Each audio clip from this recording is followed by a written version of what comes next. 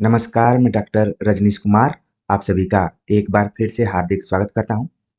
आज के video lecture में हम एक प्रैक्टिस सेट पर बातचीत करेंगे जो कि यूजीसी नेट यूनिट 1 पर आधारित है और ये प्रैक्टिस सेट नंबर 8 होगा। यानी इसके पहले हमने 1 से लेकर 7 तक प्रैक्टिस सेट किया है और इसकी प्लेलिस्ट भी बनाई हुई है। तो जो भी विद्यार्थी अभी तक इन सातों वीडियोज को नहीं देखे हैं, वो समय निकाल कर जरूर देखें। प्रैक्टिस सेट नंबर 8 में हमने कुल 50 प्रश्नों को शामिल किया हुआ है और ये ऐसे प्रश्न हैं जो कि यूजीसी नेट के पेपर में आ चुके हैं या फिर आगे आने की पूरी संभावना है। तो हम प्रश्नों के पैटर्न को समझेंगे और देखेंगे कि कैसे प्रश्न यूजीसी नेट हिंदी में यूनिट 1 के अंतर्गत बन रहे हैं। तो चलते हैं, बात करते हैं पहले क्वेश्चन के ऊपर। पहला प्रश्न पूछा गया कि नीचे दो कथन दिए गए हैं। कथन 1 गिरिधर बहुब्रीहि समास का उदाहरण है। कथन 2 रामकृष्ण तत्पुरुष समास का उदाहरण है। उपरोक्त कथन के आलोक में नीचे दिए गए विकल्पों में से सबसे उपयुक्त उत्तर का चयन कीजिए। तो 4 ऑप्शन दिए गए हैं। इन चारों ऑप्शन में बताया गया है कि कथन 1 और कथन दोनों सत्य हैं। कथन 1 और 2 दोनों असत्य हैं।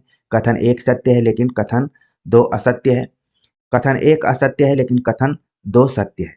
तो कुल मिलाकर सत्य असत्य पर आधारित ये सवाल है और सवाल पूछा गया है समास से आधारित। जब आप यूजीसी नेट इकाई 1 के सिलेबस को देखेंगे तो इसमें आपको समास के बारे में भी थोड़ा बहुत पढ़ना है।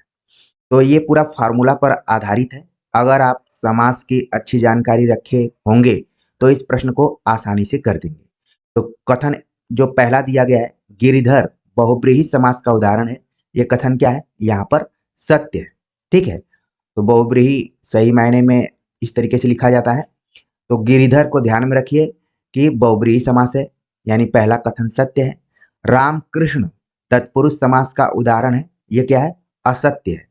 रामकृष्ण जो है इसमें द्वंद्व समास है इसमें। ठीक है, तो इस तरीके से जो इसका सही जवाब हो रहा है ऑप्शन तीसरा हो रहा है कि कथन 1 सत्य है लेकिन कथन 2 असत्य है। तो इसको बहुत रटने की या फिर बहुत मेहनत करने की जरूरत नहीं थी। एक बार फार्मूलों के समझ गए, समास के उदाहरणों को समझ गए, परिभाषाओं को समझ गए तो आप इस तरीके के कई ढंग के क्वेश्चन कर सकते हैं। ठीक है, अभी हाल ही में हमने आप सभी को नाटक के अंतर्गत भारत दूरदशा पढ़ाया हुआ था और उसमें हमने एक सवाल पूछा था कि भारत दूरदशा में कौन सा समास है। तो बहुत सारे विद्यार्थी जल्दबाजी में उसमें द्वंद्व समास बता रहे थे। एक विद्यार्थी ने सही जवाब दिया कि इसमें तत्पुरुष समास है। इसके बाद सभी विद्यार्थियों ने जवाब देना शुरू कर दिया। कुछ ने मतलब कारक सहित इसका जवाब दिया, कुछ सामान्य तौर से तत्पुरुष का दिया। तो कहने का मतलब ये है कि जिन भी रचनाओं को आप पढ़ रहे हैं, आपके सिलेबस में जो भी रचनाएं लगी हैं, उनके जो भी नाम हैं, उनको जरूर एक बार व्याकरण के दृष्टिकोण से देखिए। बहुत आपको लाभ मिलेगा, आपका मनोबल भी बढ़ेगा।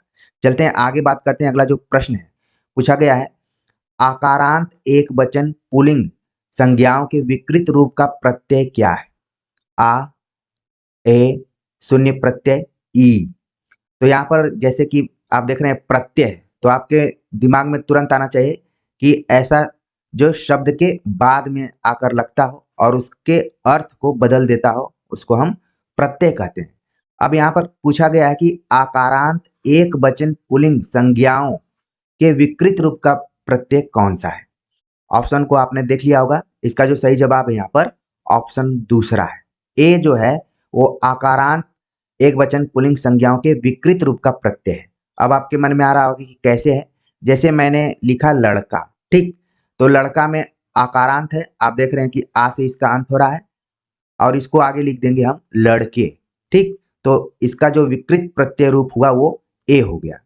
इसी तरीके से रुपया मैंने मान लीजिए लिखा, तो रुपया को हम लिख दिए रुपये। इस तरीके से आप इस चीज को समझ गए होंगे कि कैसे आकारांत एक वचन पुल्लिंग संज्ञाओं का विकृत रूप जो है वो ए है। आगे बात करते हैं। अगला जो प्रश्न है वो देवनागरी लिपि पर आधारित है। देवनागरी लिपि से हर साल एग्जाम में एक दो प्रश्न रहते ही रहते हैं। सवाल पूछा जा रहा है कि देवनागरी लिपि के संबंध में निम्नलिखित बातें उपयुक्त हैं। पहला ऑप्शन दिया गया है जैसा बोला जाता है देवनागरी में वैसा ही लिखा जाता है। एक लिपि चिन्ह से अनेक ध्वनियों को व्यक्त करने की क्षमता है। संविधान में देवनागरी लिपि में लिखित हिंदी को राजभाषा माना गया है। देवनागरी लिपि में पंजाबी और उड़िया भाषा लिखी जाती है। ध्वनि और संकेत में निश्चितता है। तो हमें बताना कि आखिरकार इसका सही जवाब क्या होगा। जैसा कि आप देवनागरी लिपि की विशेषताओं को पढ़ेंगे तो इसमें कहा जाता है कि देवनागरी लिपि में जैसा बोला जाता है वैसा ही लिखा जाता है। ये ऑप्शन क्या यहाँ पर सही है। देवनागरी लिपि में यहाँ पर बोला गया कि अनेक ध्वनियों को व्यक्त करने की क्षमता है। एक लिपि चिन्ह से अनेक ध्वनियों को बोलने की इसमें क्षमता दिखाई पड़ती है, ऐसा कहा जा रहा है, जो कि गलत है। हर ध्वनि के लिए अलग अलग लिपि चिन्ह है। संविधान में देवनागरी को राजभाषा के जो लिपि है उसमें लिखित हिंदी को राजभाषा माना गया है। ये ऑप्शन बिल्कुल सही है। पंजाबी और उड़िया भाषा की लिपि बताई जा रही है देवनागरी, बिल्कुल गलत है। जैसा कि आप जानते हैं पंजाबी की जो लिपि है वो है गुरुमुखी लिपि है। ठीक है। ध्वनि और संकेत में निश्चितता है, ये बात क्या है यहाँ पर सही है। तो इस तरीके से इसका जो कोड बन रहा है ACE। अब हम ऑप्शन में देखेंगे कि ACE किसमें है। इस तरीके के प्रश्नों को जल्दबाजी में आपको एग्जाम में बिल्कुल नहीं हल करना है, एक से अधिक बार देखने का प्रयास करना है। सही जवाब हो गया ऑप्शन तीसरा ACE। ठीक है। आगे बात करते हैं। अगला जो प्रश्न पूछा जा रहा है कि स्वनिम के संबंध में उपयुक्त कथन है। स्वनिम को हम ध्वनि भी कर सकते हैं और ध्वनि का भाषिक रूप पर हमने पहले भी बातचीत किया हुआ था। इस प्रैक्टिस सेट में भी इससे रिलेटेड क्वेश्चन आ गए। स्वनिम या फिर ध्वनि विज्ञान भी इसको जोड़ सकते हैं। पूछा गया कि इसके संबंध में उपयुक्त कथन है। वाक्य में शब्दों के संबंध निर्धारित करते हैं। इसका संबंध मौखिक भाषा से है। सार्थकता की दृष्टि से शब्द लघुत्तम इकाई है। यह उच्चरित भाषा की लघुत्तम इकाई है। इसका ज्ञान भाषा के शुद्ध उच्चारण को जानने में सहायक है। अब नीचे दिए गए विकल्पों में से सही उत्तर का हमें चयन करना है और ये पूरा विकल्प कोड पर आधारित है। तो स्वनिम के संबंध में उपयुक्त क्या है कि वाक्य में शब्दों के संबंध निर्धारित करते हैं। यह ऑप्शन क्या है यहाँ पर गलत है। इसका संबंध मौखिक भाषा से है। यह ऑप्शन यहाँ पर क्या है सही है। सार्थकता की दृष्टि से शब्द लघुत्तम इकाई है। शब्द नहीं है बल्कि ध्वनि है। ये यहाँ पर भी क्या है गलत है। यहाँ पर बोला गया कि यह उच्चरित भाषा की लघुत्तम इकाई है। ये बात क्या है यहाँ पर सही है। इसका ज्ञान भाषा के शुद्ध उच्चारण को जानने में सहायक है। ये भी क्या है यहाँ पर सही है, क्योंकि कई बार हमें दंत्य स, तालव्य श और मूर्धन्य श के उच्चारण से ही पता चलता है कि किस ध्वनि का या फिर वर्ण का उच्चारण कैसे करना है। तो जो इसका कोड बन रहा है, आप देख रहे हैं इसका जो कोड यहाँ पर बन रहा है, ठीक है, वो बन रहा है B, D और E। तो इस तरीके से इसका जो सही जवाब यहाँ पर हो रहा है ऑप्शन तीसरा हो रहा है BDE। ठीक है। आगे बात करते हैं। अगला जो प्रश्न है पूछा गया कि निम्नलिखित में से अर्ध समृद्ध स्वर है आ, ऐ, औ, ए, ओ, उ। ठीक है। तो अर्ध समृद्ध जब भाषा विज्ञान आप पढ़ेंगे तो उसमें आपको पढ़ना है समृद्ध, ठीक है, फिर इसके बाद विवृत, फिर इसके बाद अर्ध समृद्ध। ये तीन तरीके के यहाँ पर स्वरों की चर्चा की जाती है। अब हमने फार्मूला बनाया हुआ है, इसीलिए प्रैक्टिस सेट को अंत तक देखने की जरूरत होती है कि कुछ भी यहाँ पर आपको अच्छी चीज मिल सकती है।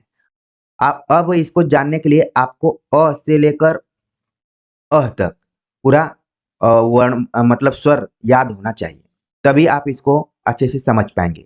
समृद्ध यानी कि जो चौथा स्वर है और छठा स्वर है, जिसको कि मैं आसानी से कहूँ 46 आपको याद रखना है। विवृत दूसरा 8वां और 10वां स्वर है, इसको 28 10 के रूप में आप याद कर सकते हैं। और अर्ध विपरीत जो बच रहे हैं वो सब क्या हो गए अर्ध विपरीत हो गए। ठीक है। जब मैं भी परीक्षाओं की तैयारी करता था और जाकर एग्जाम देता था तो क्वेश्चन पेपर के पीछे जाकर पहले इन सारी चीजों को मैं लिख लेता था। अल्पप्राण, महाप्राण, सघोष, अघोष, सवृत, विवृत, अर्ध समृत। इसके अलावा आप देखेंगे कि अग्र स्वर, मध्य स्वर, पश्च स्वर, इन सबको भी पढ़ना रहता है। तो इतने फार्मूले हैं, इतने चीजें हमें याद करना है। उसी में तार सप्तकों को भी याद करके जाना होता था। तो बड़ी चुनौती होती है प्रतियोगी परीक्षार्थियों के सामने कि कैसे इन तकनीकी पहलुओं को ध्यान में रखें। तो यहाँ पर पूछा गया कि अर्ध समृद्ध स्वर कौन सा है। तो जब आप अ से लेकर अह तक के स्वरों को याद रखेंगे तो इसमें खोज लेंगे आपकी अर्ध समृद्ध कौन है। तो इसका जो यहाँ पर सही जवाब हो रहा है कि अर्ध समृद्ध में है ए और ओ। ठीक है, अब आप फार्मूला को जरूर ध्यान में रखिएगा, वहां से आपको इसका सही उत्तर मिल जाएगा। ठीक, चलते हैं, बात करते हैं अगले प्रश्न के ऊपर कि मालवी का केंद्र है, मालवी भाषा है। आपके दिमाग में आ गया होगा कि ये किस उपभाषा के अंतर्गत आती है। ऑप्शन दिया गया जयपुर, इंदौर, जोधपुर, जबलपुर। तो मालवी का जो केंद्र है वो सही जवाब है इसका ऑप्शन दूसरा, इंदौर को केंद्र माना जाता है मालवी का। इसी तरीके से इससे मिलता जुलता एक प्रश्न और आता है कि बघेली का केंद्र कहाँ है। ठीक है, तो आप देखते हैं कि लिखा रहता है रीवा। तो ये दोनों प्रश्न घुमा फिरा कर आते रहे हैं। अगला प्रश्न है कि निम्नलिखित में से अविकारी शब्द है, संज्ञा विशेषण क्रिया क्रिया विशेषण। तो विकारी अविकारी शब्दों पर हमने पिछले प्रैक्टिस सेट में भी बातचीत किया था और विस्तार से बताया हुआ था, और यहाँ पर भी देखिए उसी तरीके का प्रश्न आ गया है। तो क्रिया विशेषण जो क्या है, अविकारी शब्द है, इस चीज को आप ध्यान में रखिए। बाकी ऊपर के जितने भी दिए गए सभी क्या है, विकारी शब्द है। ठीक, विकार का मतलब होता है परिवर्तन, किसके वजह से परिवर्तन होता है और किसके वजह से परिवर्तन नहीं होता है, वही क्या है, विकारी अविकारी है। अगला प्रश्न है जो कि देवनागरी लिपि से रिलेटेड है। उत्तर प्रदेश सरकार द्वारा 31 जुलाई 1947 को गठित देवनागरी लिपि सुधार समिति के अध्यक्ष कौन थे? पंडित रामशंकर द्विवेदी, पंडित चंद्रशेखर शास्त्री, आचार्य नरेंद्र देव, डॉक्टर धीरेन्द्र वर्मा। तो आपको याद आ गया होगा कि जब भी देवनागरी लिपि सुधार की बात की जा रही थी तो उसमें एक राज्य उत्तर प्रदेश बढ़ चढ़कर इसमें हिस्सा लिया हुआ था, और यहीं से सवाल बनता है। ठीक है, इस बार उत्तर प्रदेश प्रश्न में ही है, हो सकता है कि आगे आपको एग्जाम में दिखाई दे कि देवनागरी लिपि सुधार में कौन सा राज्य 31 जुलाई 1947 को अपनी भूमिका निभाया, तो वो तो हो जाएगा उत्तर प्रदेश। लेकिन इस प्रश्न का जो सही जवाब है ऑप्शन तीसरा है, आचार्य नरेंद्र देव की अध्यक्षता में सन 1947 में देवनागरी लिपि सुधार समिति का गठन किया गया था उत्तर प्रदेश सरकार द्वारा। आगे बात करते हैं, अगला जो प्रश्न है, पूछा गया कि हिंदुई को किसने हिंदुस्तान की रोमांस की भाषा कहा है? ऑप्शन दिया गया ग्रियर्सन, मिश्र बंधु, श्याम सुंदर दास, गार्सद तासी। तो हिंदुई को हिंदुस्तान की रोमांस की भाषा किसने कहा है? ये यूजीसी नेट के पेपर में एक बार प्रश्न आ चुका है, तो कम से कम आगे की परीक्षाओं के लिए इस प्रश्न को जरूर ध्यान में रखिए, क्योंकि इसमें थोड़ा सा कुछ चटपटा टाइप का शब्द है जो कि कई बार एक्सपर्ट्स को अपने तरफ आकर्षित भी करता है। तो इसका सही जवाब है यहाँ पर ऑप्शन चौथा है, गार्सद तासी, जिसने कि हिंदी साहित्य का पहला इतिहास भी लिखा, इस्तवार दला एंदोई हिंदुस्तानी करके। उसमें हिंदुई शब्द का प्रयोग करते उन्होंने हिंदुस्तान की रोमांस की भाषा कहा। और जैसा कि आप जानते हैं कि हिंदी उर्दू के विवाद में गार्सद तासी का इंपॉर्टेंट रोल रहा है, इनका उर्दू के तरफ झुकाव था, उर्दू के पक्षपाती के रूप में कई बार पूछा जाता है कि कौन था, तो गार्सद तासी का नाम आप जरूर ध्यान में रखिए। अगला प्रश्न है कि निम्नलिखित में से अर्धमागधी अपभ्रंश से किस बोली का संबंध है? ऑप्शन दिया गया है अवधी, मगही, भोजपुरी, कन्नौजी। तो आप देख रहे हैं कि इसमें 4 बोलियां जरूर दी गई हैं, और ये सभी बोलियां अलग अलग उपभाषाओं से रिलेटेड हैं। जैसा कि आप जानते हैं कि हिंदी में कुल 5 उपभाषाएं हैं, और इन उपभाषाओं का अलग अलग अपभ्रंशों से रिलेशन है, चाहे वो राजस्थानी हो, पश्चिमी हिंदी हो, पूर्वी हिंदी हो, बिहारी हिंदी हो, या फिर पहाड़ी हिंदी हो।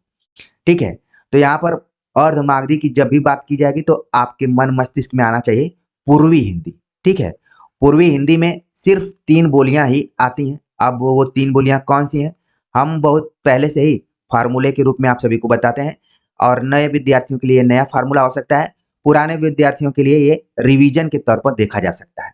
तो पूर्वी हिंदी में हो गया अवधी, फिर इसके बाद बघेली, और फिर छत्तीसगढ़ी।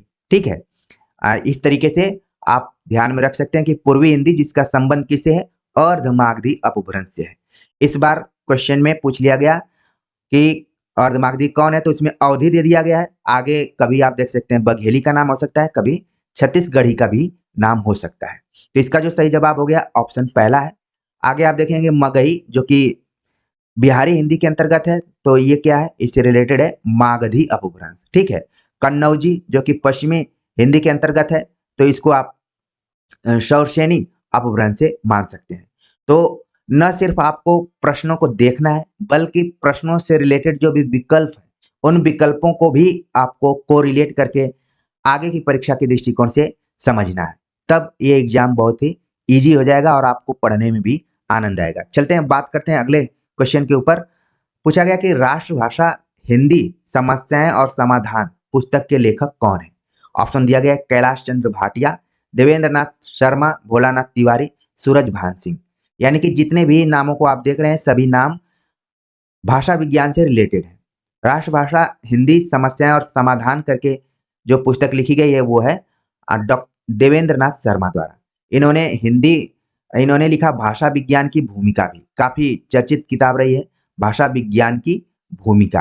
ठीक है, आगे हो सकता है कि ये पूछ ली जाए। और भोलानाथ तिवारी ने भी हिंदी भाषा पर काफी काम किया है, हिंदी भाषा का इतिहास, ठीक है, भाषा विज्ञान करके इनकी भी पुस्तक है।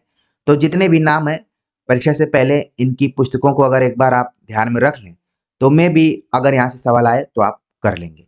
चलते हैं, बात करते हैं अगले प्रश्न के ऊपर, जो कि सूची पर आधारित है। ठीक है, सूची 1 और सूची 2 यहाँ पर दिया गया है, और यहाँ पर एक तरफ लेखकों का नाम है, दूसरी तरफ पुस्तकों का नाम है। लेखकों में है किशोरीदास वाजपेयी, अंबिका प्रसाद वाजपेयी, ठाकुर रामचरण सिंह, विश्वेश्वर दत्त शर्मा। और किताबों में है भाषा प्रभाकर, हिंदी शब्दानुशासन, भाषा तत्व प्रकाश, हिंदी कौमुदी। तो इसमें से कुछ ही ऐसे लेखकों का नाम है जिनको कि आप अच्छे से जान रहे होंगे। खासतौर से किशोरीदास वाजपेयी का नाम आप भली भांति समझ रहे होंगे। तो इनकी जो रचना का नाम है, किशोरीदास वाजपेयी की रचना का नाम है हिंदी शब्दानुशासन। तो हम देखेंगे कि 1 का 2 किसमें दिखाई पड़ रहा है, यहाँ पर आपको मिलान करना है। ठीक है, 1 का 2, तो आप देख रहे हैं कि 2 ऑप्शन में है 1 का 2, तो इसका मतलब है एक बार और हमें चलना है। अंबिका प्रसाद वाजपेयी, अंबिका प्रसाद वाजपेयी की जो रचना है उसका नाम है हिंदी कौमुदी। तो इस तरीके से जो सही जवाब यहाँ पर हो रहा है ऑप्शन तीसरा हो रहा है। ठीक है, अब आगे हम देखते हैं ठाकुर रामचंद्र सिंह की जो रचना है वो है भाषा प्रभाकर, और विश्वेश्वर दत्त शर्मा का है भाषा तत्व प्रकाश। तो आगे की परीक्षा के लिए ध्यान में रखिए, हो सकता है कि वन लाइनर क्वेश्चन के रूप में भी ये सब आ सकते हैं, यहाँ पर तो सुमेलित था। अगला प्रश्न है, पूछा गया कि उपयुक्त कथन का चयन कीजिए। स्वरों का स्वतंत्र उच्चारण नहीं किया जा सकता। स्वनिम के 2 भेद होते हैं, खंड और खंडेतर। स्वरों का स्वतंत्र उच्चारण किया जा सकता है। सर्वनाम में लिंग के कारण रूपांतरण हो जाता है। उत्पत्ति या विकास की दृष्टि से शब्दों के 4 भेद हैं। तो आप देख रहे हैं कि जो भी विकल्पों में प्रश्न दिए गए हैं, विकल्प दिए गए हैं, इन पर आधारित हम पिछले प्रैक्टिस सेट में विस्तार से बातचीत किए हैं कि खंड ध्वनियां क्या है, खंडेतर ध्वनियां कौन है। ठीक है, उत्पत्ति और विकास के दृष्टिकोण से शब्दों के कितने भेद हैं, और रूप के हिसाब से, इतिहास के दृष्टिकोण से, हर एंगल से हम पिछले प्रैक्टिस सेट में चर्चा किए हुए हैं।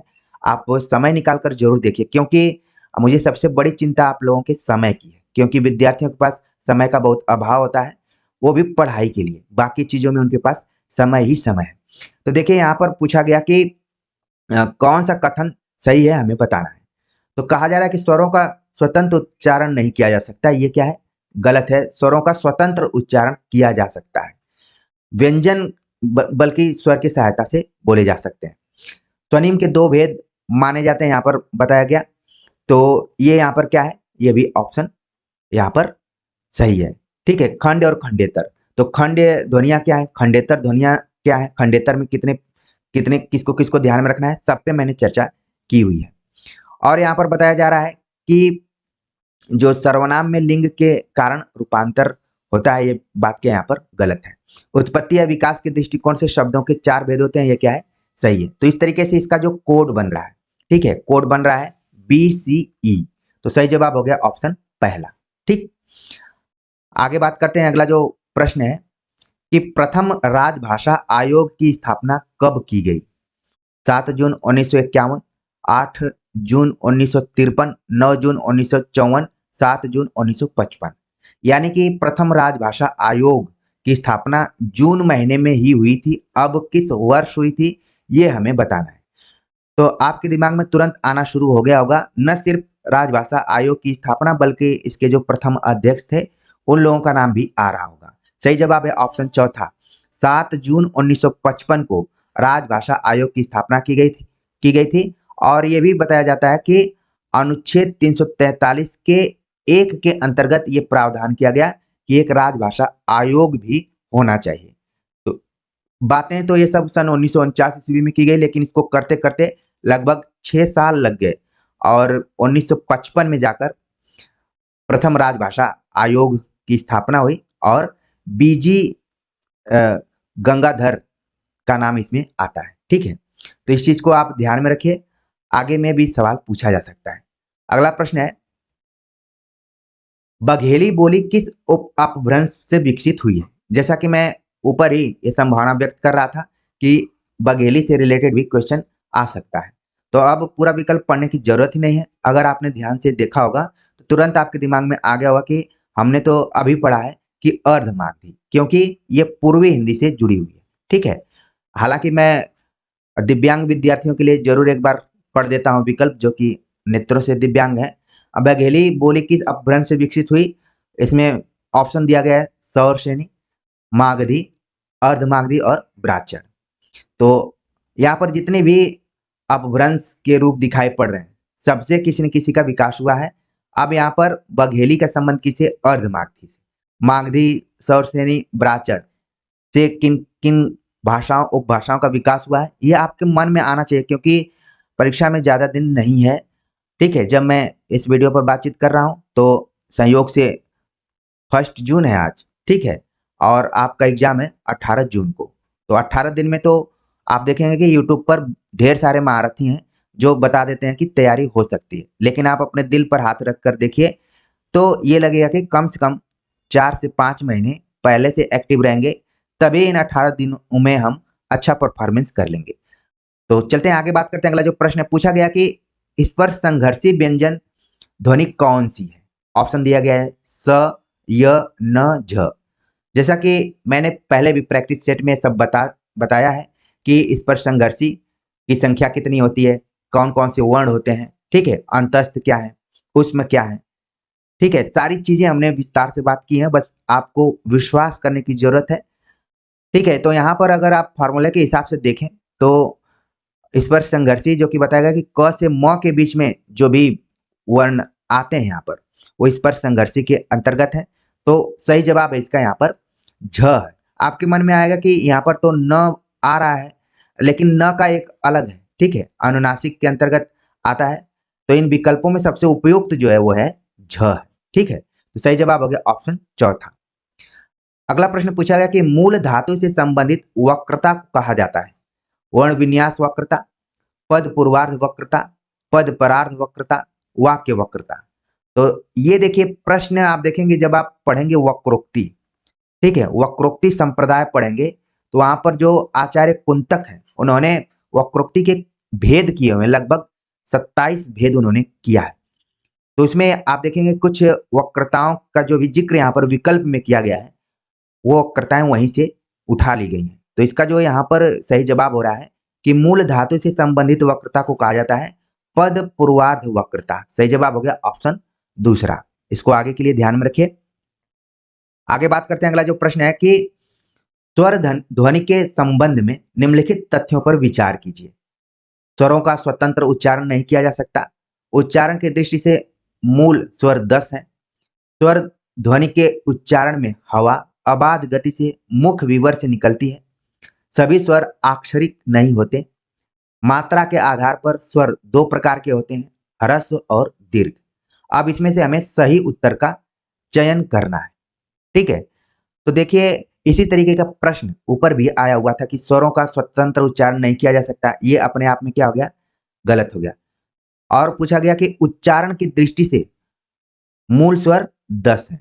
वैसे स्वरों की संख्या हम हिंदी व्याकरण पढ़ते हैं 11 है। ठीक है, लेकिन उच्चारण की दृष्टिकोण से इनकी संख्या क्या है? 10 है। और आगे बताया गया कि स्वर ध्वनि के उच्चारण में हवा अबाध गति से मुख विवर से निकलती है, यानी कि स्वतंत्र तरीके से निकलती है। वही बात यहाँ पर दूसरे वाक्य में देखिए बता दिया गया है। ये भी क्या यहाँ पर सही है। और कहा गया कि सभी स्वर अक्षरिक नहीं होते। ये यहाँ पर बात क्या है, यहाँ पर ये बात गलत है। कहा गया कि मात्रा के आधार पर स्वर दो प्रकार के होते हैं। हिंदी में देखा जाए तो ह्रस्व यानी जिसको हम छोटा कहते हैं, और दीर्घ जो कि बड़ा है, छोटा ऊ बड़ा ऊ। आपने बचपन के दिनों में छोटी ई बड़ी ई अंतर करने के लिए पढ़ा होगा, ठीक है। तो ये भी ऑप्शन क्या हो गया यहाँ पर सही हो गया। तो इस तरीके से इसका जो कोड बन रहा है BCE कोड बन रहा है, ठीक है। अब हम इसमें देखते हैं कि BCE कहाँ है। ऑप्शन दूसरा यहाँ पर है जो कि BCE है, ठीक। तो इस तरीके से इसका सही जवाब हो गया ऑप्शन 2। अब आगे के लिए अगर इसमें से किसी भी तरीके से घुमाकर सवाल पूछा जाएगा तो मुझे उम्मीद है कि हमारे जो गंभीर विद्यार्थी हैं, जो सही मायने में लंबे समय से इस चैनल से जुड़े हुए हैं और एक-एक वीडियो देख चुके हैं और हमारी एक-एक बातों को ध्यान में रख चुके हैं, उनके लिए कोई दिक्कत नहीं होगी। अगर कोई अतिथि के रूप में आएगा, जब से एग्जामिनेशन डेट कंफर्म हुई है और वो आकर बोलेगा कि आप अपना कोर्स बेच रहे हैं क्या? मुझे आप अपने कोर्स मेरे कोर्स को आप लोग नहीं खरीद पाएँगे, क्योंकि मेरा कोर्स अनमोल है, कोई इसका मूल्य ही नहीं है। आप तो उसको खरीद पाएँगे जिसका मूल्य होता है। तो चीज़ों को समझिए, भावनाओं को समझिए और हमारे उद्देश्य को समझिए। यहाँ पर किसी भी तरीके का कोई कोर्स नहीं बेचा जाता है। आगे बात करते हैं, अगला जो प्रश्न है वो क्रिया से रिलेटेड है। सवाल पूछा गया कि क्रिया के संबंध में निम्नलिखित तथ्य हैं। जिस क्रिया का फल कर्म पर नहीं कर्ता पर पड़ता है उसे सकर्मक क्रिया कहते हैं। जो क्रियाएं वाक्य के अंत में रहकर वाक्य को समाप्त करती हैं वे समापिका क्रियाएं कहलाती हैं। जिस शब्द के प्रयोग द्वारा किसी वस्तु के विषय में विधान किया जाता है उसे क्रिया कहते हैं। अकर्मक क्रिया में किसी कर्म का होना अनिवार्य है। क्रिया के मूल अंश को धातु कहते हैं। अब हमें बताना है कि क्रिया के संदर्भ में कौन सी ऐसी बात है जो कि सही है, ठीक है। तो यहाँ पर कहा गया कि जिस क्रिया का फल कर्म पर नहीं पड़ता, उस कर्ता पर पड़ता है उसे सकर्मक क्रिया कहते हैं। जब कर्म पर नहीं पड़ेगा, कर्ता पड़ेगा तो सकर्मक कैसे होगा? वो तो अकर्मक हो जाएगा। कर्म, इस शब्द में ही इसका अर्थ छिपा हुआ है कि अकर्मक, जिसपे कि कर्म का प्रभाव न हो। तो ये क्या हो गया? कथन गलत हो गया। आगे बताया गया कि जो क्रियाएं वाक्य के अंत में रहकर वाक्य को समाप्त करती हैं वे समापिका क्रियाएं कहलाती हैं। ये एकदम से सही है। जिस शब्द के प्रयोग द्वारा किसी वस्तु के विषय में विधान किया जाता है उसे क्रिया कहते हैं। ये भी बात यहाँ पर क्या है? सही है। अकर्मक क्रिया में किसी कर्म का होना अनिवार्य है। देखिए जो ऑप्शन ए दिया है उसी को घुमा फिरा कर इधर बताया है, ठीक है। ये भी क्या हो गया? गलत हो गया। क्रिया के मूल अंश को धातु कहते हैं। ये क्या ऑप्शन हो गया? यहाँ पर सही हो गया। तो इसका जो कोड आप देख रहे हैं BCE। प्रिय विद्यार्थियों, अभी तक हमने देखा जितने भी कोड आए वो ज्यादातर आप देखेंगे BCE वाले ही कोड आ रहे हैं, ठीक है।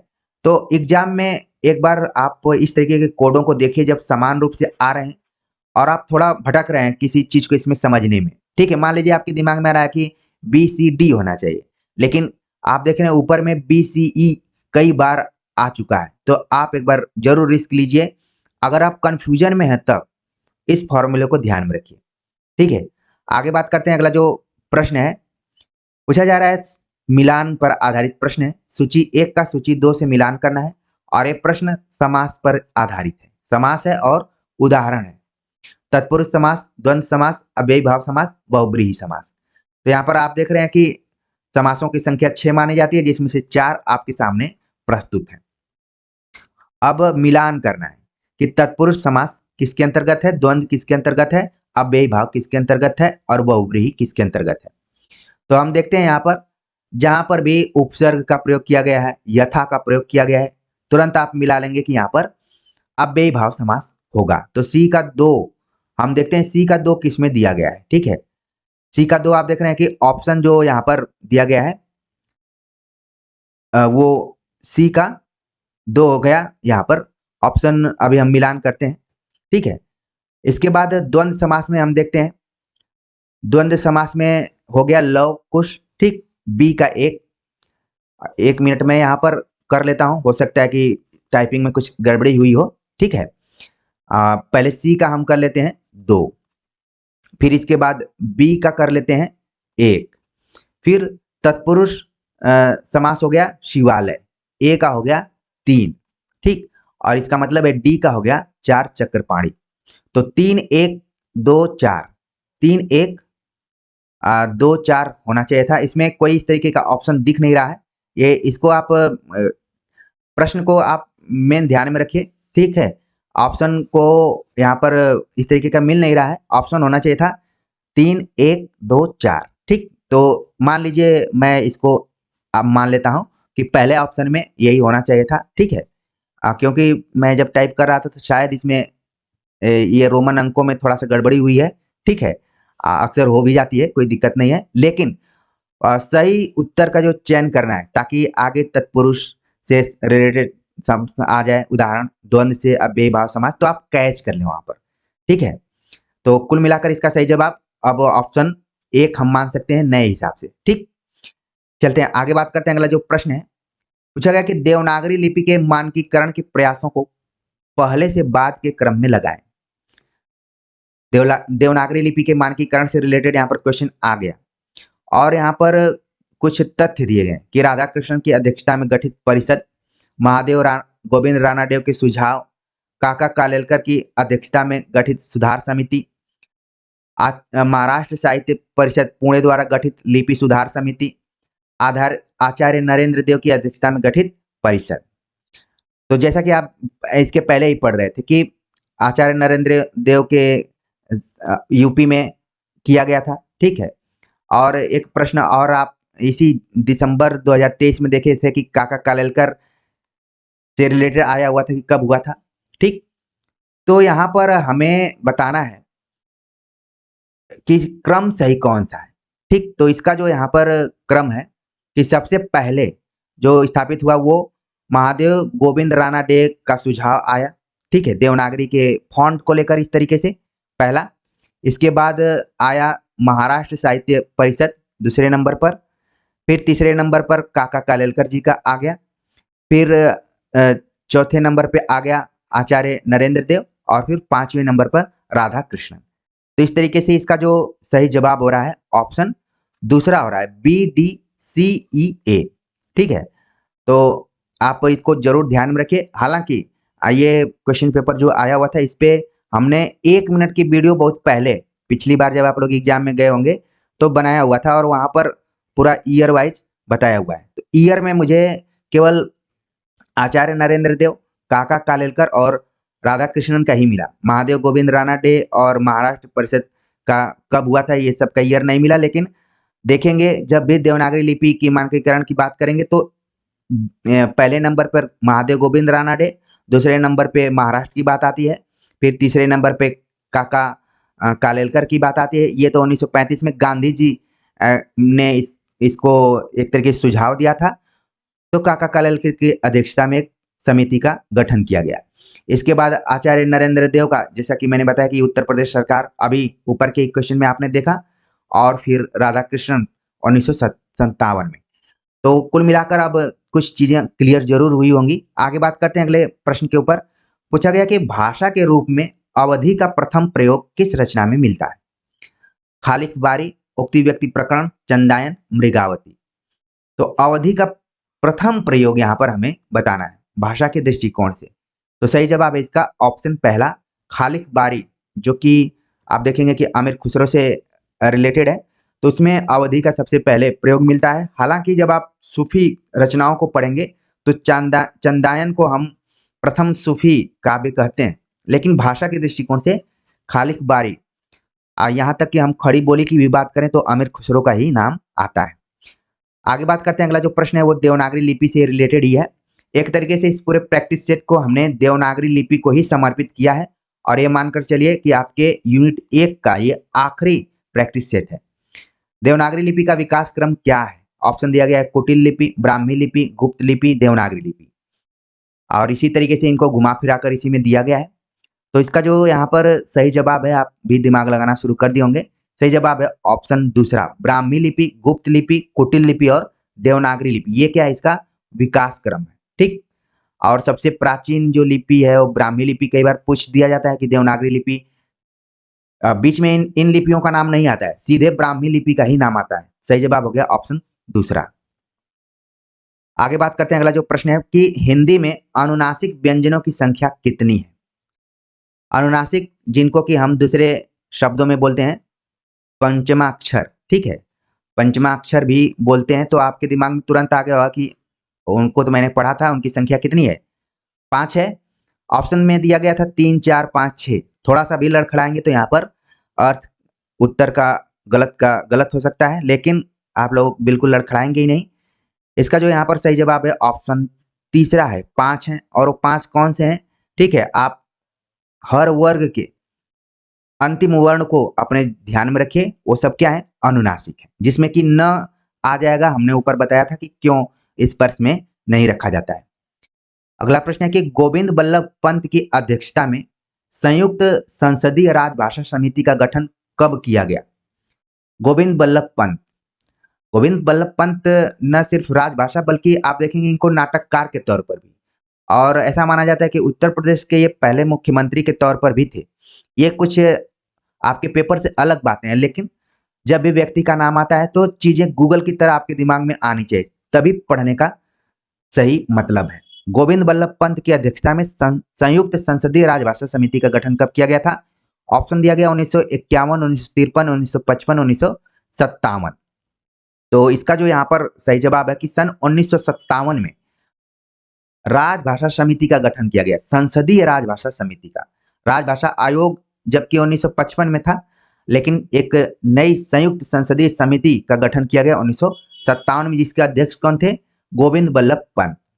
तो सिर्फ ये प्रकाशन बल्कि मतलब कि वर्ष के दृष्टिकोण से प्रश्न नहीं महत्वपूर्ण है, बल्कि आप देखते हैं सवाल पूछा जा सकता है कि किसकी अध्यक्षता में संयुक्त संसदीय राजभाषा समिति का गठन सन 1957 में किया गया था।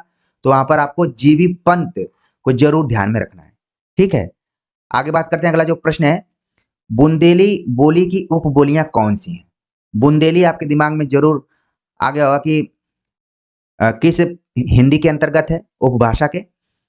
और यहाँ पर उपबोलियां कौन कौन सी हैं, नाम दिया गया भूक्सा, संडिहिली, बैगराही, कठेरिया, डांगी, माथुरी, भदौरी, बनाफरी, खटोला, लरिया, खलौटी, खलटाही, ठीक है। तो इसमें हमें बताना है, तो बुंदेली की अगर इसमें एक बोली आप ध्यान में रखते हैं बनाफरी, ठीक है, तो आप सही जवाब तक जा सकते हैं। सही जवाब हो गया ऑप्शन तीसरा, भदौरी, बनाफरी, खटोला। ये किसकी उपबोलियां हैं, ये सब बुंदेली के। और बुंदेली किस हिंदी के अंतर्गत आती है, ये सब आपके दिमाग में आ गया होगा, क्योंकि बुंदेली की ही बहन है बघेली, जो कि उससे अलग रहती है। उसकी शादी दूसरे हिंदी उपभाषा में हुई है, जबकि बुंदेली की दूसरे में हुई। बघेली की किस में हुई है, आपके दिमाग में आ रहा होगा। नहीं आ रहा है तो इसका मतलब है कि आपने मेरी बातों को ध्यान से नहीं सुना है। यहाँ पर देखिए भूक्सा दिया है, डांगी दिया है, ये सब ब्रज भाषा से रिलेटेड है, ठीक है। खलटाही आप देखेंगे छत्तीसगढ़ी से है, लरिया, खलटाही। और एक चीज यहाँ पर आप देखेंगे भदौरी शब्द देखा तो मेरे दिमाग में एक व्यक्ति का नाम आ गया भदौरिया, ठीक है। कई आपने टीचरों का नाम सुना होगा, अलग अलग। इलाहाबाद विश्वविद्यालय में शायद कोई भदौरिया पढ़ाते हैं, या फिर वर्धा विश्वविद्यालय में, मुझे इतना याद नहीं आ रहा है। अब मुझे याद आ गया कि उन्होंने जो अपना टाइटिल रखा है वो इस बोली के आधार पर रखा होगा, ठीक है। चलिए आगे बात करते हैं। अगला जो प्रश्न है कि देवनागरी लिपि के संबंध में निम्नलिखित तथ्य मिलते हैं। नाग लिपि से नागरी नामकरण नहीं हुआ। देवनागरी की वर्णमाला का वर्णक्रम वैज्ञानिक है। नगरों में प्रचलित होने से देवनागरी नाम पड़ा। गुजरात के नागर ब्राह्मणों के नाम पर नागरी नाम पड़ा। देवनागरी लिपि अक्षरिक नहीं है। तो हमें बताना कि सही उत्तर का चयन करना है, ठीक है। तो देखिए सबसे पहले तो आपके दिमाग में आएगा कि ऐसा माना जाता है कि संसार में ढेर सारी लिपियां हैं, लेकिन देवनागरी लिपि उसमें क्या है, वैज्ञानिक लिपि मानी जाती है। और सवाल भी पूछा जाता है कि वैज्ञानिकता या विशेषताओं को बताइए। तो देखिए बी ऑप्शन तो एकदम से सही हो गया। फिर कहा गया कि नगरों में प्रचलित होने के कारण इसको क्या कहा गया, इसको कहा गया देवनागरी। ये भी ऑप्शन क्या यहाँ पर सही हो रहा है। इसके बाद कहा गया कि गुजरात के नागर ब्राह्मणों के नाम पर नागरी पड़ा। तो इसका मतलब है कि जो बी सी डी यानी कि तीनों यहाँ पर कोड हैं, यानी कि तीसरा ऑप्शन यहाँ पर सही हो रहा है। कहा जा रहा है कि देवनागरी लिपि अक्षरिक नहीं, बिल्कुल गलत बात है, क्योंकि देवनागरी लिपि अक्षरिक कई जगहों पे इसको बोला जाता है, अक्षरी को वर्णात्मक भी कह दिया जाता है, ठीक है ना? और आगे यहाँ पर कहा गया कि नागलिपि से नागरी का हुआ है, ये भी क्या है? गलत है। सही जवाब हो गया ऑप्शन बी, सी, डी। अगला प्रश्न है, अवधि और ब्रज में निम्नलिखित वैषम्य मिलता है। अब अवधि और ब्रज में ही तुलनात्मक प्रश्न क्यों पूछा गया? क्योंकि आप देखेंगे कि ये सब न सिर्फ बोलियां हैं, बल्कि हिंदी साहित्य के दृष्टिकोण से दो कालखंडों को विशेष रूप से ये प्रभावित करती रही हैं। अवधि जहां आप देखेंगे भक्ति काल, पूरा सूफी काव्य और तुलसीदास इसमें शामिल रहे, और ब्रज आप देखेंगे कि भक्ति काल और रीति काल दोनों कालखंडों को प्रभावित किया है। यहाँ तक कि छायावाद तक भी लोग ब्रज में लिखते रहे। इसीलिए इसमें वैषम्य वाला सवाल पूछा गया, क्या इसमें अलग है? ठीक है, सवाल लंबा है। अवधि का संबंध पूर्वी हिंदी से है, जबकि ब्रज का संबंध पश्चिमी हिंदी से है। तो ये तो क्या हो गया? ये तो एक तरीके से आप देख रहे हैं कि वैषम्य के रूप में है ये, ठीक है। एक पूर्वी हिंदी में है और एक पश्चिमी हिंदी में, दोनों अलग अलग हैं। तो ये ऑप्शन क्या हो गया? यहाँ पर सही हो गया। अवधि में अय औ स्वर का उच्चारण अड़ अठ के रूप में होता है, किंतु ब्रज में ये स्वर अय औ के रूप में उच्चरित होते हैं। तो इसको हमें बताना है कि ये सही है कि नहीं। ये भी यहाँ पर वैषम्य के रूप में है। ध्वनि के स्तर पर अवधि आकारांत है, जबकि ब्रज उकारांत है। अब इसको हमें बताना है कि ये कितना यहाँ पर सही है। तो ये क्या यहाँ पर गलत दिया गया है। अवधि में क्षति पूरा दीर्घीकरण की प्रवृत्ति अधिक है, ब्रज में कम है। ये भी क्या यहाँ पर गलत है। अवधि में पुल्लिंग संज्ञा पदों में वा परसग जोड़ने की प्रवृत्ति मिलती है, जबकि ब्रज में प्राय ऐसा नहीं होता है। ये क्या है? यहाँ पर सही है। तो जो कोड आप देख रहे हैं, कोड बन रहा है ए, बी और ई। तो ए, बी, ई आप देख रहे हैं कि इसमें जो चौथा ऑप्शन है यहाँ पर सही हो रहा है। तो अवधि और ब्रज का एक बार इसमें साम्य और वैषम्य दोनों को ध्यान में रखकर एक बार एग्जाम में जरूर जाइए। साथ में खड़ी बोली को भी ध्यान में रखिए, क्योंकि आपके पाठ्यक्रम में विशेष तौर पर इन तीन बोलियों को रखा गया है, अवधि, ब्रज और खड़ी बोली। ठीक है, आगे बात करते हैं। अगला जो प्रश्न है यहाँ पर, जो कि कथन पर आधारित है। कथन एक है, जिस भाषा के माध्यम से राष्ट्र की अधिकांश जनता विचार विनिमय करती है वही राष्ट्रभाषा होती है। ठीक है। कथन दूसरा है कि किसी राष्ट्र में सभी प्रचलित भाषाएं राष्ट्रभाषाएं होती हैं, किंतु जो भाषा संपूर्ण देश की धार्मिक सांस्कृतिक परंपराओं को धारण करने में सक्षम होती है वह भाषा राष्ट्रभाषा के पद पर प्रतिष्ठित होती है। नीचे दो कथन दिए गए हैं, कथनों के आलोक में सही हमें चयन करना है। वही सत्य असत्य पर आधारित क्वेश्चन है। ठीक है, तो देखिए राष्ट्रभाषा से रिलेटेड ये प्रश्न है, और आप देख रहे हैं कि दोनों कथनों को जब हम पढ़ रहे हैं तो दोनों कथन ऐसे लग रहे हैं कि सही हैं। तो इसका जो सही जवाब है कि कथन एक भी सही है, कथन दो भी सही है। सही जवाब हो गया ऑप्शन पहला। ठीक। अच्छा, कई बार हम जब अपने बीए एमए के बच्चों को पढ़ाते हैं, वहां पर भी अभी तक बच्चों को राजभाषा को लेकर और राष्ट्रभाषा को लेकर बड़ा कंफ्यूजन रहता है कि हिंदी को किस में माना जाए। और खासतौर से हिंदी दिवस के दिन तो हमें जगह खोजनी पड़ती है कि कहाँ पर आज के दिन इस दिवस को हम बिता पाएं, जिससे कि इस तरीके के अतार्किक सवाल पूछे जाएं और हम उससे बच जाएं। जैसा कि आप जानते हैं कि राजभाषा जो कि सरकारी कामकाजों में प्रयुक्त होती है, राष्ट्रभाषा जिसके बारे में बताया कि देश की अधिकांश जनता विचार विनिमय आपस में कर लेती हो, और न सिर्फ विचार विनिमय बल्कि वो भाषा देश की धार्मिक सांस्कृतिक परंपराओं को भी ढोने में या फिर उसको वहन करने में सक्षम हो, उसको राष्ट्रभाषा कहते हैं। तो ध्यान में रखना है कि राजभाषा के रूप में हिंदी है, ठीक है, लेकिन राष्ट्रभाषा के रूप में भावनात्मक रूप में माना गया है कि हिंदी है। लिखित रूप में आपको कहीं ऐसा नहीं मिलेगा कि राष्ट्रभाषा हमारी हिंदी है, लेकिन भावनात्मक रूप से हम ये मानते हैं कि हिंदी में ही वो क्षमता है जो कि धार्मिक सांस्कृतिक परंपराओं को धारण कर सकती है, और देश की अधिकांश जनता हिंदी में ही बातचीत करती है।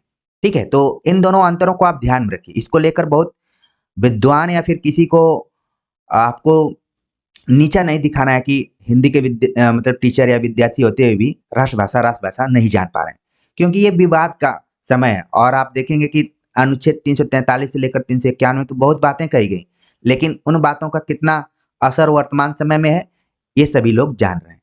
आगे बात करते हैं। अगला जो प्रश्न है, आजकल तो मैं देखता हूँ कि हिंदी पढ़ाने वाले टीचर भी जब लखनऊ क्रिकेट स्टेडियम में जाते हैं तो अपने पोस्ट को अंग्रेजी में ही करते हैं।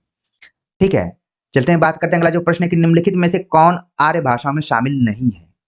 संस्कृत, अंग्रेजी, अरबी, फारसी आर्य भाषाओं में शामिल नहीं है।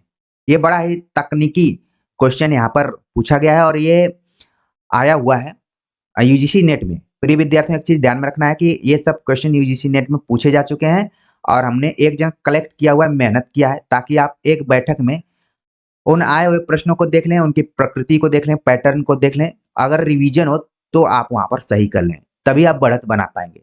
आर्य भाषा में शामिल नहीं है, हमने ऑप्शन को पढ़ दिया। सही जवाब है ऑप्शन तीसरा, अरबी जो है वो आर्य भाषाओं में नहीं है। अरबी का हमने जब विश्व भाषा परिवार पर बात की थी तो इसमें बताया था कि अरबी का संबंध किस भाषा परिवार से।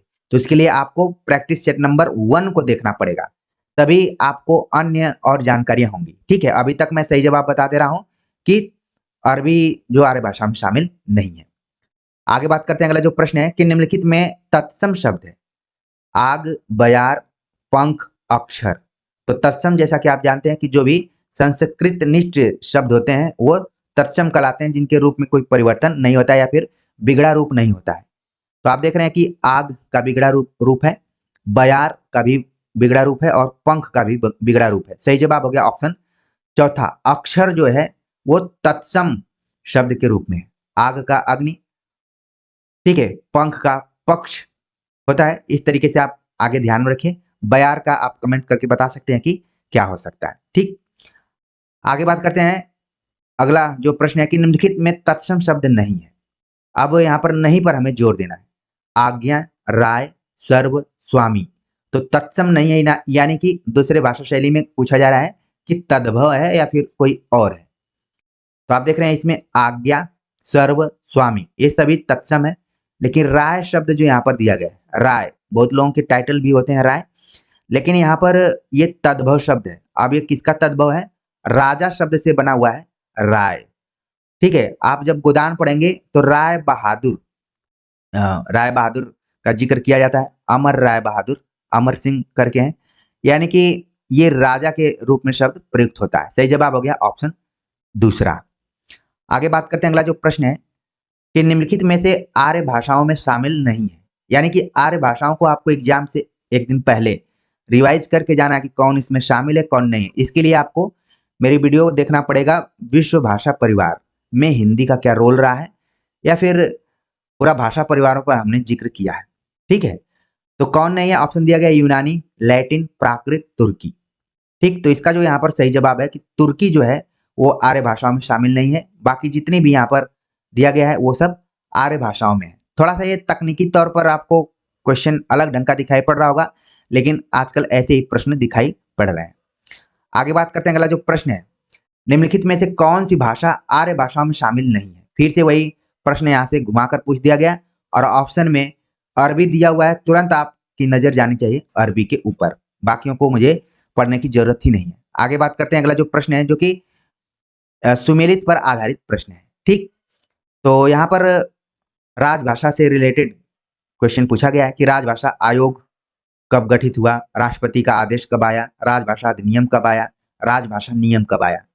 तो यानी कि एक प्रश्न में आप देख रहे हैं कि राजभाषा से रिलेटेड जो भी समितियों का गठन किया गया, अधिनियम बने, आयोग बने, उनको एक जगह रख दिया है ताकि आप एक बार में पूरा सबका अध्ययन कर लें। ठीक, तो इसमें हम मिलान करते हैं। जैसे राजभाषा आयोग की बात होगी तो आपके मन में तुरंत आ जाएगा 1955, तो ए का हो गया 2। ठीक, राष्ट्रपति का आदेश, राष्ट्रपति का आदेश कब आया? तो इसका हो जाएगा 1960 में। राजभाषा अधिनियम, राजभाषा अधिनियम कब आया? तो इसका हो जाएगा 1963। राजभाषा नियम कब आया? 1976। ठीक है, तो यहाँ पर आप देख रहे हैं कि जो सही कूट हो रहा है वो हो रहा है ऑप्शन पहला।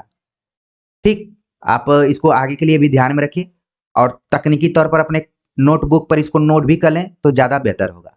राजभाषा आयोग 1955, राष्ट्रपति का आदेश 1960, राजभाषा अधिनियम 1963 और राजभाषा नियम 1976। नियम बनाए गए और राजभाषा को अलग अलग कैटेगरी में भी बांटा गया। क ख ग इस तरीके से बांटा गया है। आगे बात करते हैं, अगला जो यहाँ पर प्रश्न पूछा जा रहा है, कामता प्रसाद गुरु के अनुसार हिंदी भाषा की उत्पत्ति के अनुसार सही क्रम है। तो यहाँ पर स्पेशली पूछा गया कामता प्रसाद गुरु से रिलेटेड, और उनके अनुसार हिंदी भाषा की उत्पत्ति का सही अनुक्रम क्या है, या फिर इसको बताना है। शौरसेनी, पश्चिमी हिंदी, नागर अपभ्रंश, वर्तमान हिंदी। तो हमें इसमें क्रम बताना है कि आखिरकार कौन सा क्रम सही है। ठीक, तो सभी यहाँ पर क्रम के अनुसार ही दिए गए हैं, इसमें आपको थोड़ा भी छेड़छाड़ नहीं करना है। सही जवाब हो गया ऑप्शन पहला।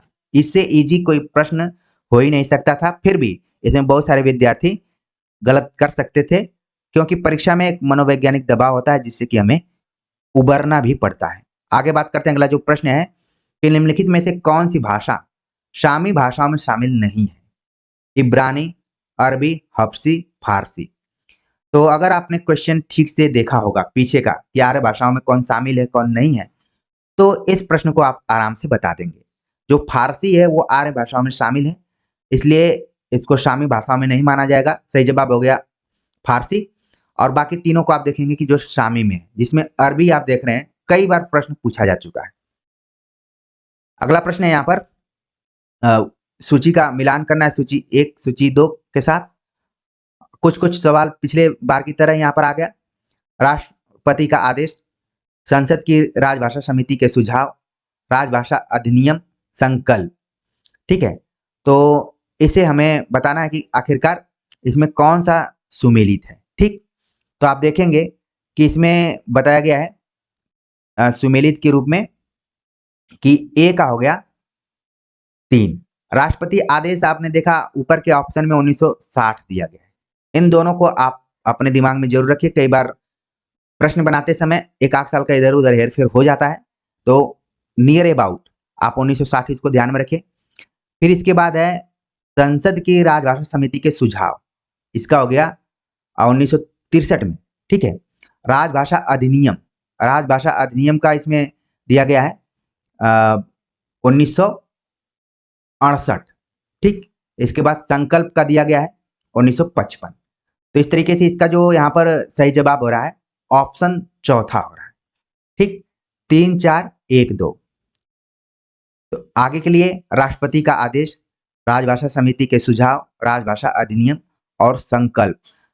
ये सारे प्रश्न आप देखेंगे कि जो विनोद गोदरे की पुस्तक है या फिर दंगल झाल्टे की जो पुस्तक है, वहां से इन सबको आप अच्छे से कवर कर सकते हैं। ठीक है, आगे बात करते हैं। अगला जो प्रश्न है कि निम्नलिखित में से कौन सा तत्सम शब्द नहीं है। तत्सम शब्द एक बार फिर से हमें बताना कि नहीं है। ऑप्शन दिया गया अग्नि, भ्राता, आज्ञा, किसान। तो कौन सा इसमें है जो कि नहीं है। सही जवाब हो गया ऑप्शन चौथा। किसान जो है वो तत्सम शब्द नहीं है, किसान का हो जाता है कृषक। बाकी जितने भी आप देख रहे हैं इसमें सभी क्या है, तत्सम शब्दों में आते हैं। अगला प्रश्न है सूची 1 का सूची 2 से मिलान करना है, मिलान पर आधारित है। एक तरफ उच्चारण स्थान दिए गए हैं, दूसरे तरफ वर्ण दिए गए, ओष्ठ्य, दंत्य, कंठ्य, तालव्य, इस तरीके से दिया गया है उच्चारण स्थान, और वर्ण में है च प त ग। तो हमें मिलान करना है कि आखिरकार कौन किससे रिलेटेड है। तो अगर हम मिलान करें तो मिलान करेंगे तो हम देखें ओष्ठ्य। ठीक है, आप उच्चारण करके भी मिलान कर सकते हैं, जैसे प हमने बोला तो ओठ क्या हो गया हमारा, चिपक गया। फिर दंत्य, दंत्य जब आप देखेंगे तो ये भी इसमें क्या हो रहा है, दंत्य आप देख रहे हैं कि त। ठीक, कंठ्य, कंठ्य जैसा कि आप देख रहे हैं ग हो गया, और तालव्य हो गया च। तो इस तरीके से इसका जो यहाँ पर सही जवाब हो रहा है कि ए का 2, बी का 3 और सी का 4। ठीक, तो सही जवाब हो गया ऑप्शन दूसरा। ठीक, आगे बात करते हैं। अगला जो प्रश्न है निम्नलिखित में कौन सा शब्द तद्भव नहीं, तद्भव नहीं है इस बार पूछा जा रहा है, यानी कि वो तत्सम जरूर होगा। ठीक, तो यहाँ पर लिखा गया है काज, आखर, कान, वायु।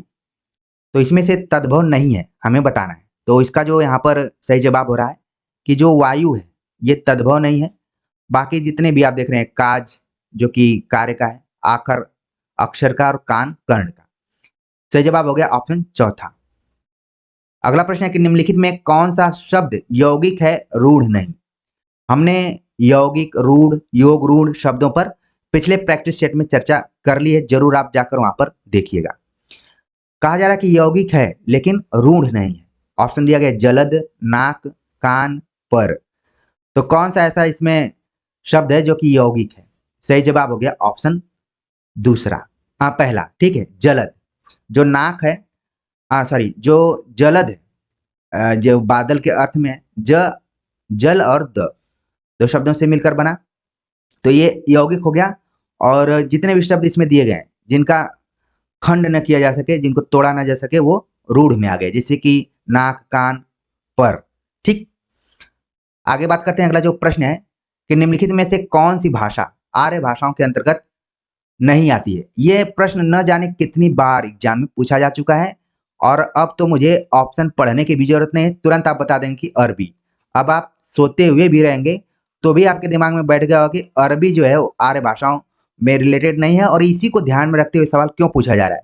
क्योंकि हमारी हिंदी में अरबी, फारसी, तुर्की, अलग अलग देशों की भाषाओं कुछ शब्द इसमें मिले हुए, हिंदी शब्द भंडार में शामिल है, तो लगता है कि अरबी तो होगा ही होगा। ठीक है ना, तो इसीलिए सवाल बार बार पूछा जा रहा है। तो बार बार पूछा जा रहा है तो आप अपने दिमाग में रख लिए होंगे। अगला प्रश्न है कि तारीख निम्नलिखित में से किस भाषा का मूल शब्द है? पुर्तगीज, अरबी, तुर्की, हिंदी। तो तारीख, तारीख जो है सही जवाब हो गया इसका ऑप्शन दूसरा, अरबी भाषा का शब्द है। और तारीख कई बार हम बोलते भी हैं कि आज कौन सी तारीख है, तो सही जवाब हो गया अरबी। आगे बात करते हैं। अगला जो प्रश्न है, निम्नलिखित में तालव्य वर्ण है च, त, ट, ज, तालव्य वर्ण हमें बताना है, और नीचे कूट दिया गया है। तो तालव्य की जब भी बात की जाएगी तो च वर्ग उसमें आ जाएगा। तो पहले तो हो गया च और फिर ज। ठीक, बाकी आप देख रहे हैं कि कोई दंत है, कोई मूर्धन्य है, तो सही जवाब हो गया ए और डी। ठीक है, जो कूट बन रहा है ए और डी, ऑप्शन चौथा इसका सही जवाब है। अगला प्रश्न है राजभाषा आयोग से रिलेटेड, कि राजभाषा आयोग 1955 के अनुसार निम्नलिखित सुझाव दिए गए हैं। हिंदी सर्वाधिक बोली और समझी जाने वाली भाषा है, यही सारे भारत का एक माध्यम हो। 14 वर्ष की उम्र तक भारत के प्रत्येक विद्यार्थी को हिंदी का ज्ञान करा देना चाहिए। भारत सरकार के प्रकाशन अधिक से अधिक अंग्रेजी में किए जाएं। उच्च न्यायालयों में क्षेत्रीय भाषाओं का व्यवहार होना चाहिए। और नीचे दिए गए विकल्प में से 3 विकल्प ऐसे हैं जो कि सही हैं। अब हमें उन्हीं तीनों विकल्पों को खोजना है। ठीक है, तो इसमें जो बात कही गई कि हिंदी सर्वाधिक बोली जाती है इसलिए माध्यम हो, ये बात सही है यहाँ पर। ठीक, इसके बाद जो बात कही गई कि 14 वर्ष के जो भी बच्चे हैं उनको हिंदी का ज्ञान करा देना चाहिए, इसलिए आप देखेंगे कि 8वीं तक तो हर हालत में हिंदी पढ़ना ही रहता है। हमारे पास भी कई ऐसे विद्यार्थी आते हैं जो सीबीएसई या एससी बोर्ड से रहते हैं, जो हिंदी 8वीं तक ही पढ़े रहते हैं, बाद में कहीं एडमिशन नहीं होता तो फिर इसमें ले लेते हैं। तो ये बात यहाँ पर सही हो गई। और कहा गया कि प्रकाशन अधिक से अधिक अंग्रेजी में किया जाए, क्या बिल्कुल गलत है। और उच्च न्यायालयों में क्षेत्रीय भाषा का व्यवहार होना चाहिए, ये बात क्या है, सही है। तो जो कूट बन रहा है, आप देख रहे हैं कि कूट बन रहा है ए, बी और डी, तो हम देखते हैं कि ऑप्शन दूसरा जो है ए, बी, डी, ये क्या हो रहा है यहाँ पर, सही हो रहा है। तो राजभाषा आयोग के अनुसार जो भी सुझाव दिए गए हैं उन सुझावों में से ये ऑप्शन बना हुआ था। आगे बात करते हैं। अगला जो प्रश्न है कि निम्नलिखित में कौन सी भाषा आर्य भाषाओं में शामिल नहीं है? आर्य भाषाओं से देख रहे हैं कि लगातार क्वेश्चन पूछे जा रहे हैं, आपको आगे के लिए ध्यान में रखना। अच्छा, ये इस तरीके से पूछे जा रहे हैं जो प्राचीन, मध्य और आधुनिक में नहीं बल्कि विश्व परिवारों के दृष्टिकोण से पूछे जा रहे हैं। आर्य भाषाओं में शामिल नहीं है, तो यहाँ पर आप देख रहे हैं, आपको लगेगा कि अंग्रेजी नहीं होगा, लेकिन अंग्रेजी को रखा गया है इसमें।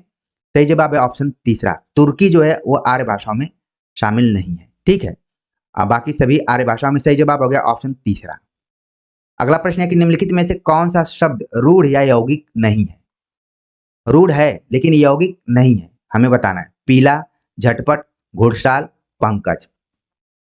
तो कौन सा ऐसा शब्द है जो रूढ़ है, यौगिक नहीं है?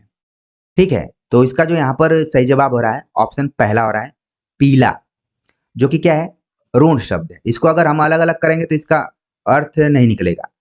ठीक है, और बाकियों को आप देख रहे हैं कि सब यौगिक रूप में है, झटपट, घुड़साल और पंकज। पंकज तो ऐसे आप देखेंगे कि योग रूढ़ के अंतर्गत आता है। ठीक है, तो इस तरीके से इसका जो यहाँ पर सही जवाब हो रहा है ऑप्शन पहला हो रहा है, पीला। अगला प्रश्न है कि निम्नलिखित में से कौन सा शब्द फारसी का है? फारसी का शब्द पूछ लिया गया, दाग, औरत, नीलम, फीस। तो कौन सा ऐसा शब्द है जो फारसी का है? सही जवाब हो गया ऑप्शन पहला, दाग शब्द जो है वो फारसी का है। ठीक, कुछ अंग्रेजी के शब्द हैं, कुछ अरबी के इसमें शब्द मौजूद दिखाई पड़ रहे हैं। और अगला प्रश्न है कि संविधान के अनुच्छेद 343 में संघ की राजभाषा के बारे में निम्नलिखित में से कौन से प्रावधान किए गए हैं? हिंदी की राजभाषा, संघ की राजभाषा हिंदी और लिपि देवनागरी होगी। शासकीय प्रयोजन के लिए भारतीय अंकों का अंतर्राष्ट्रीय रूप मान्य होगा। राजभाषा के बारे में राष्ट्रपति एक आयोग का गठन करेंगे। उच्च न्यायालय ठीक है, तथा उच्चतम न्यायालय की संपूर्ण कार्रवाई अंग्रेजी भाषा में ही होगी।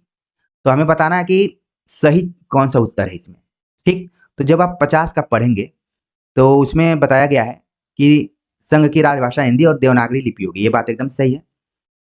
और यहाँ पर बताया गया है कि शासकीय प्रयोजनों के लिए भारतीय अंकों का अंतर्राष्ट्रीय रूप मान्य होगा, ये भी बात क्या यहाँ पर सही है। राजभाषा के बारे में राष्ट्रपति एक आयोग का गठन करेंगे, ये भी ऑप्शन यहाँ पर क्या हो रहा है, सही हो रहा है। इसलिए 1955 में एक आयोग का गठन किया गया। तो इसका जो सही जवाब हो रहा है ऑप्शन चौथा हो रहा है ए बी सी।